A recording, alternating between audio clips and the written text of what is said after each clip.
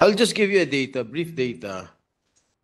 In 2016, national local elections, we have registered voters of 71,225. In 2019, national local elections, it increased to 16.50%, naging 82,977.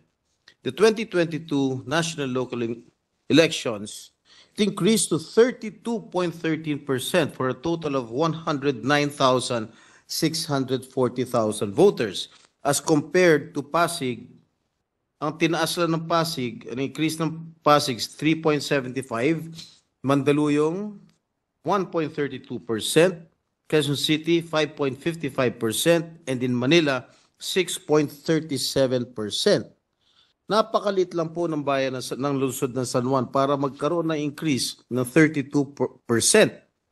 Doon naman sa 2018 barangay SK elections, ang registered voters po namin ay 75,037. Sa 2023 BSKE elections, it jumped to 106,823, an increase of 42.36% as compared to Pasig 9.95%, Mandaluyong 5.5%, Quezon City 14.91%, and Manila 15.86%. Bakit po ganun? This is I think for me this is highly irregular. The increase of registered voters in San Juan in the national local elections in 2022 and the barangay SK elections 2023 is highly irregular compared to the other LGUs and the national registered voters. What can we do about this, Madam Sponsor? Yes, thank you very much, Senator and Mr. President. As in the Makati case, the COMELEC decries the fact that despite the very apparent ballooning of the number of voters way past the average, the problem was that no one filed a petition for exclusion of these newly registered or transferred voters. As a result, the COMELEC could not on its own remove them from the lists. That's the problem because there is in fact the case Quintos versus COMELEC, wherein barangay certifications continued to be upheld as primary evidence of residency and of identity. Sana, unang-una, may nag-petition for exclusion katulad nung kaso ng Makati. Pero on its own, ang hinihiling ng COMELEC base sa natuklasan ng kanilang task force, sana wag nang gamitin ang barangay certification as proof of residence. Once and for all, ipagbawal na sana yan. Yan ang hinihiling ng COMELEC at kung maari, magpasa daw ng bagong batas hinggil sa pagbabawal nito. It is likewise the understanding of the chair that the COMELEC put up a task force precisely to look into this, not only for Makati but wherever this may have occurred. Would that be correct? Yes, that's correct. And the task force unanimous recommendation is in fact for barangay certifications no longer to be accepted as proof of residence. Ganito rin, tulad ng sinabi ni Senate President, ang mga pangyayari hindi lamang sa San Juan, sa Makati, kundi sa Cabanatuan, CDO at Tawi-Tawi, among others. Well, do you think this is highly irregular? Kasi as compared to the other cities here in Metro Manila, San Juan lang, which is second to the smallest city in Metro Manila, ballooned to around 42% as compared to itong mga ibang kalapit bayan. Tama po. At sang-ayon ng COMELEC sa inyo, kaya nga lang, wala silang kapangyarihan na magtanggal ng mga botante.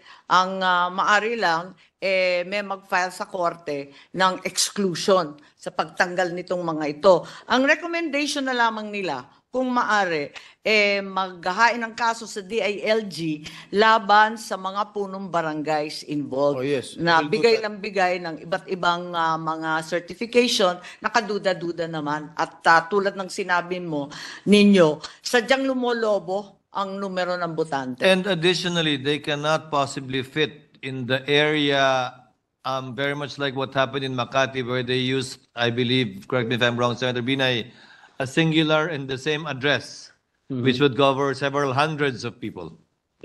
Tama po yun. Talagang kababalaghan na nangyari po sa Makati. Nakita natin, binawasan ng 10 malalaking barangay, pero ang laki ng dinagdag sa botante. You know, if these issues will not be resolved, no other candidates from other parties will never have a chance of being elected as public officials in San Juan. Laging kung sino man ang sabihin ni nung gagong mayor namin doon, yun lang ang boboto nila. Wala nang pagkakataon dahil meron sila 30,000 flying voters. O ito pa. Mr. President, I have perhaps we here. can, with the permission, Oh, don't strike it out. Mr. President, perhaps we can ask the Secretariat to delete some unparliamentary remarks. Gago talaga eh. Anyway, Mr. President, Again. I have here a copy of the COC of one candidate for councilor in San Juan. Ang address niya, Unit A and Domingo. Unit A and Domingo. Napakahaba po ng kalye na and Domingo. Walang building, walang Walang number. building, walang numero. Walang building, Ay, walang numero. masaya siya. Ano magagawin natin dito? O, nakatira rin po ako tiga sa San Juan. ito. Kahaba-haba ng kalsadang yan. Hindi taga San Juan ito. Basketball player. Well, I do not have anything against basketball players as long as they are legitimate residents of San Juan. Pinununan ng basketball player yung Sangguniang Panlunsod sa San Juan. Hindi naman mga taga San Juan. What are we going to do with it? Dapat yung EO ng San Juan, dapat they exercise due diligence. Ba't tatanggapin itong COC na Unit A and Domingo? Anong klase ba naman to? Ang tama po kayo. Sabi nga ng COMELEC, kung maaari, unang-una, sila na mismo ang maghahain ng kaso laban sa mga punong barangays na kung ano-anong certificate of residence ang ini-issue. Pero sana po, yung mga nag-o-object sa mga numero na nakakasindak, na karagdagang botante, kung maaari, mag-file din ng exclusion suit Well, I sa think ating somebody filed already a disqualification case against this particular candidate. I hope the COMELEC will act upon it immediately para matanggal na sa balota yung pangalan nitong kandidatong ito. The understanding of the commission is that it's not a disqualification of a single candidate that has been filed or has reached them, but rather the annulment of the entire list of voters of the city of San No, Juan. I think they have to check. I think somebody already filed a disqualification case No, for the candidate, non-resident. distinguished sponsor, not the list, for the candidate. for the candidate itself. Perhaps they just received the cancellation of the COC. Yes. Kaya lang, nag-lapse na yung panahon, di ba? Or okay na? Okay pa? Okay pa. Dapat Oh, okay pa raw. Siguro Okay pa raw. Pero ang pinakamabilis at kayang-kayang gawin ng COMELEC, syempre itong sa mga kapitan at sa DILG. yes.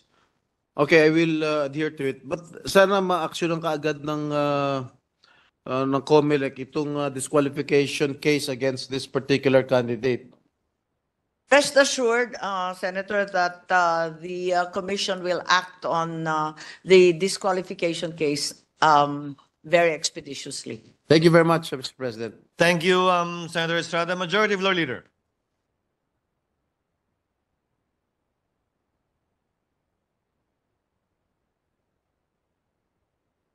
President, the Minority Leader is seeking the floor. Senator Pimentel is recognized.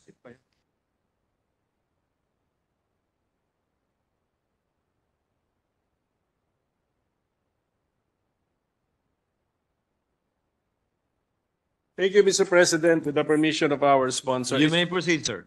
Well, this will not repeat the earlier interpellation of the Deputy Minority Leader, but just to give the COMELEC some practical feedback. Kasi po kami we deal with the, being candidates, we deal with the COMELEC. Ngayon, example, 2 beses na po nabanggit yung sa manifestation or intervention po ni Senator Binay, Senator Jinggoy Estrada, exclusion. Sabi, file a petition for exclusion of the voter in court. Pero ang basic document kasi dyan is the voter's registration ng tao. Eh kung ang experience na ba namin, when we ask from COMELEC information about the voter's registration of a person, they cite data privacy and they do not give us the basic document needed for that petition. So ako'y nag-worry lang ako na the law recognizes a citizen's or a constituent's right to file a petition for exclusion, and yet the referee in the election, the Commission on Elections, will not allow the access to that basic document you need. Well, the commission says that perhaps a delay or an omission occurred, but certainly with a formal request, all said information will be provided by COMELEC. No, this is a feedback actually. This is feedback based on actual experience. Denied na sa EO level, denied sa regional director, denied sa ED level. So they have been denying it. So ang gusto ko sabihin, instead of giving life to the remedy allowed by law, the COMELEC is making it more difficult. There apparently is a data privacy officer in COMELEC, and the requests for information are filtered by him, at which said information should be provided. That's why I'm giving you actual experience pa ito, actual recent experience na denied na po from the level of the EU all the way to the ED. So I think there is a precedent being cited the time ni Chairman Brillante. So siguro it's about time that you to revisit it, Mr. Chairman, and the Commission itself. Kasi unless disagree kayo sa akin ganito kasi pagkaintindi ko, there's a remedy, di ba? If there is someone that you want to question his or her registration as a voter, there is a remedy. Then you file in court. But what does logic tell us to be the basic document that you need? You need to allege that he registered as a voter. Pero yung mismong papeles na yun, hindi talaga binibigay. So I think COMELEC has to revisit their practice, Mr. President.